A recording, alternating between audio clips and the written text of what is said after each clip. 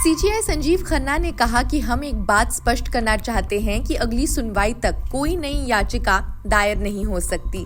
Court ने सभी पक्षकारों से कहा कि वे अपने तर्क पूरी तरह तैयार रखें ताकि मामले को तेजी से निपटाया जा सके। जी हां, प्लेसेस ऑफ वर्शिप एक्ट को लेकर चर्चा तेज है। 1991 के इस एक्ट के खिलाफ दायर याचिकाओं पर सुनवाई हुई। सीजेआई ने स्पष्ट रूप से कहा, मंदिर मस्जिद से जुड़े किसी भी नए मुकदमे को दर्ज नहीं किया जाएगा। देश की सबसे बड़ी अदालत में बुधवार को इस एक्ट की वैधानिकता को चुनौती देने वाली याचिकाओं पर सुनवाई शुरू हुई। इस मामले की सुनवाई CJI justice Sanjeev Khanna, justice Sanjay Kumar और जस्टिस के विश्वनाथन इनकी एक विशेष बेंच ने की है।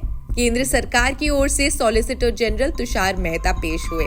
खैर, आगे बढ़ते हैं। ये अधिनियम धार्मिक स्थलों की स्थिति को 15 अगस्त 1947 के आधार पर संरक्षित रखता है और उसमें बदलाव करने पर रोक लगाता है। कुछ समय के लिए ही सही, संविधान की गरिमा को जो संविधान चाहता है देश की सुप्रीम कोर्ट से, उसको रखा है। और मैं इसलिए नहीं कह रहा कि ये फैसला शायद हमारे पक्ष में नजर आ रहा है, इसलिए ये बात नहीं कह रहा हूँ।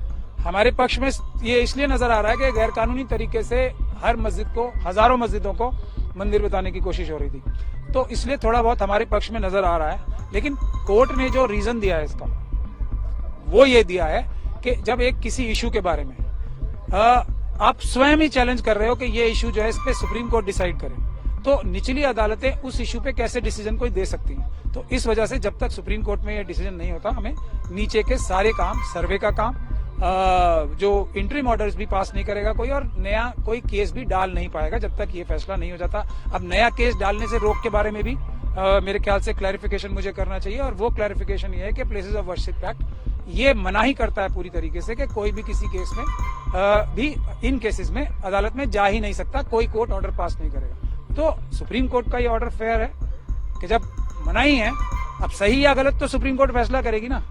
इसीलिए हम लोग तो ज्यादा खुश नहीं है इससे, लेकिन अभी टेम्परेरी राहत मिली है, लेकिन अभी इसमें बहुत संघर्ष जारी है।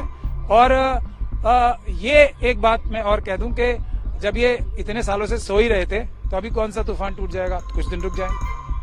तो पर आज एक और जो महत्वपूर्ण बात ये हुई है कि मैंने तो शायद सुना है, पता नहीं सही सुना है या गलत सुना है, जो हमारा विरोधी पक्ष है उसने जैन साहब को अपना वकील बनाया, नोडल वकील प्रपोज किया है। तो एक बात तो तय हो गई कि जैन साहब जो हैं उस पक्ष के सबसे धुरंधर वकील हैं, एक बात तो ये तय हो गई। दूसरी बात ये तय हो गई, जो मैंने अगर सुना है, सही सुना है, तो तुषार मेहता साहब ने भी उनका नाम प्रपोज किया था।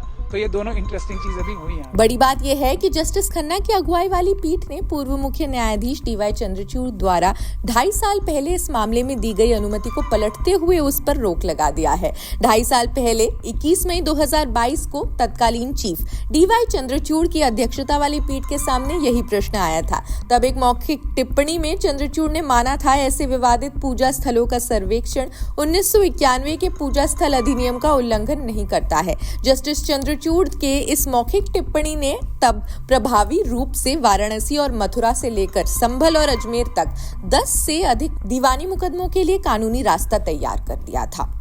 तब पीठ ने यह भी कहा था कि नेचुरल साधनों के रूप में किसी स्थान के धार्मिक चरित्र का पता लगाना अधिनियम की धारा 3 और 4 के प्रावधानों का उल्लंघन नहीं हो सकता है। कोर्ट ने तब कहा था कि ये ऐसे मामले हैं जिन पर हम अपने आदेश में कोई राय नहीं देंगे। गुरुवार 12 दिसंबर 2024 को सुप्रीम कोर्ट के समक्ष फिर से यही अनिवार्य प्रश्न आया और तब भारत के मौजूदा मुख्य न्यायाधीश संजीव खन्ना की अगुवाई वाली पीठ ने अगले आदेश तक ऐसे मामलों में अदालतों को प्रभावी आदेश पारित करने से पूरी तरह से रोक दिया है।